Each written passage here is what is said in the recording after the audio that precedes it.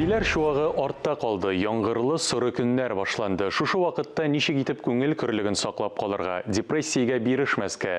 Бүгінгі әңгәмәдәшебез психосоматика белгече Гүлназ Мирхәлилова. Хәерле иртә, Гүлназ. Көңіл төшенкелеге белән гомум депрессия арасында нинди айырма бар? Көңіл төшенкелеге депрессия белән чагыштырганда ул кыска вакытлы була. Ул 3-4 көн булырга мөмкин, 5-6-10 көн. Менә депрессия ул 2 атнадан да артыкка сузылган даими көңіл төшенкелеге. Менә игътибар итәргә кирәк. Әгәр дә кеше 2 атнадан артык даими төстә геланың кайфы юк икән, бер нәрсә эшлисе килми икән, шатлык хисләре кичерә алмый икән, чөнки шатлык хисе кичерә алмау ул депрессиянең иң төп билгеләренең берсе. Һәм гел ятып кына торасы килә икән, бер нәрсәгә кул күтәрелми, күңел бармый икән. Менә шушындай халәт 2 атнадан артык дәвам итә икән даими төстә. Бу очракта инде депрессия турында сүз бара.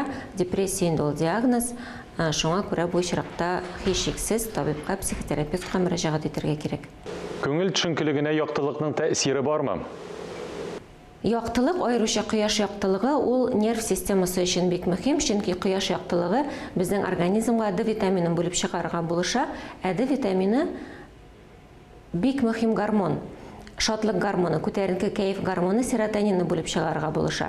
Әгәр дә инде кешедә серотонин, организмда серотонин җитми икән, бу очракта ул шатлык хисләре кичерә алмый башлый. Шуңа күрә кояш нурлары, кояшта булу безнең нерв системасы өчен бик мөһим.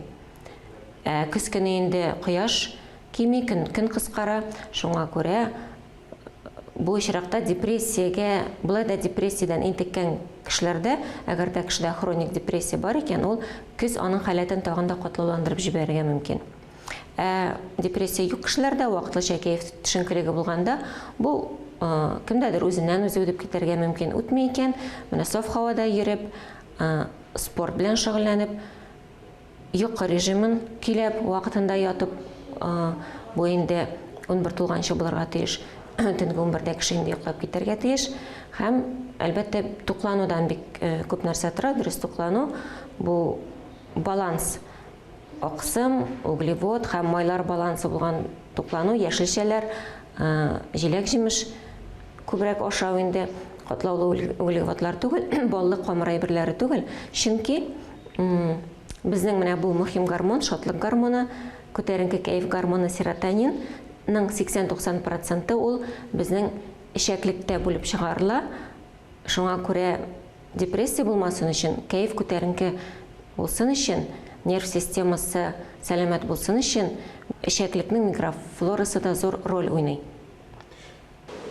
Коронавирус пандемиясе вакытында көңел тынычлыгын ничек сакларга, куркыныч, шомлы хәбәрләрне ничек кабул итәргә? Психик тынычлыкны, көңел тынычлыгын саклап калыр өчен мөмкин кадәр әзрәк укырга кирәк. Менә мондый мәгълүматны.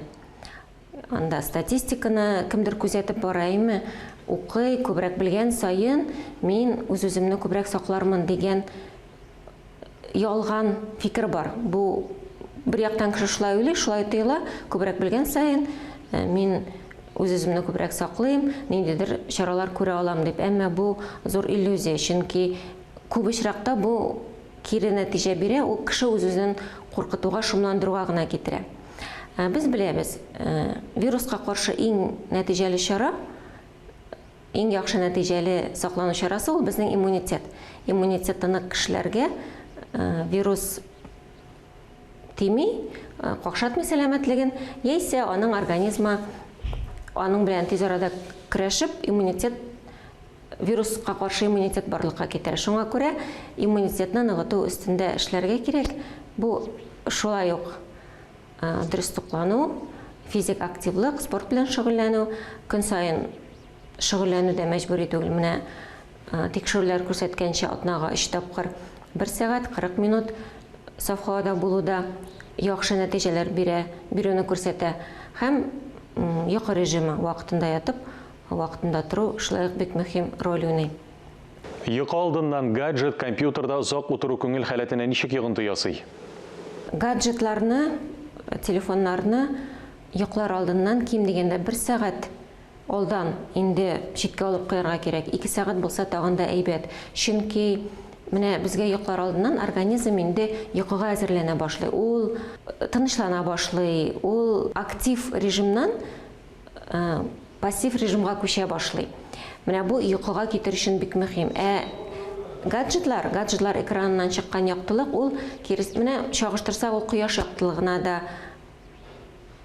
кояш яктылыгы биргән нәтиҗәне бирә, чөнки кояш иртә белән чыккач, ул безнең организмны активлаштыра, тонуска китерә. Менә шушындай ук тонусны гаджет экраннарыннан чыккан яктылыкта бирә һәм тынычланырга тиешле нерв системасы кич белән йокы алдыннан ул киресенчә активлаша башлый һәм кешегә йоклап китүе авыр була. Һәм кешенең йокысы да тирән булмый, тулысынча, тиешенчә сыйфатлы йокы булмый. Йокының сыйфаты шулай ук иммунитет өчен бик мөһим. Иммунитет нык булсын өчен. Депрессияны җиңәм дип тынычландыра торган дарулар куллануга ничек карыйсыз? Үзлегеннән депрессияны җиңәм дип үзлегеннән дарулар кабул итү кирәкми. Табибка, психотерапевтка барырга кирәк депрессия булган чакны. Чөнки кемдер булырга мөмкин ул нинди дарулар инде валерьянка, пустырник, тынычландыра торган шундый дарулар. Әгәр дә депрессия икән, булар гына ярдәм итә алмый, чөнки бу вакытта антидепрессантлар кирәк. Депрессия вакытында безнең баш миенең химиясе бозыла, үзгәрә химиясе, организмда гормональ баланс бозыла. Гормоннар менә шушы күтәренке кәеф, шатлык гормоны серотонин тиешле күләмдә эшләп чыгара алмый безнең организм. Һәм антидепрессантлар шушы серотонин күләмен тиешле дәрәҗәгә җиткергә булыша. Тик аларны бары тик табиб кына, бары тик психотерапевт кына билгеләргә тиеш. Үзлегеннән депрессиядан дәваланырга тырышырга кирәкми. Депрессиядан интегеп тә психолог яки психотерапевтка барырга куркып, оялып йөрүчеләргә нинди киңәш бирер идегез? Психотерапевтка, табибка барырга һич тә оялырга кирәкми, уңайсызланырга кирәкми, моның бернинди дә ояты юк. Беренчедән, кеше нәрсәгә уңайсызлана, ояла һәм курка, менә бу психолог, психотерапевт дигән сүздә, терминда псих дигән өлеше бар. Кеше шушы псих дигән өлеше куркыта күп кешене. Алар уйлыйлар, мен психологка, психотерапевтка барсам, мине юләрләр йортына салалар икән дип. Әмма бу бер дә дөреслеккә туры килми. Менә бу психа дигән сүз, ул грек теленнән тәрҗемә иткәндә безнең күңел, җан дигәнне аңлата. Һәм депрессия ул чыннан да күңел авыруы, күңел тынычлыгы китү.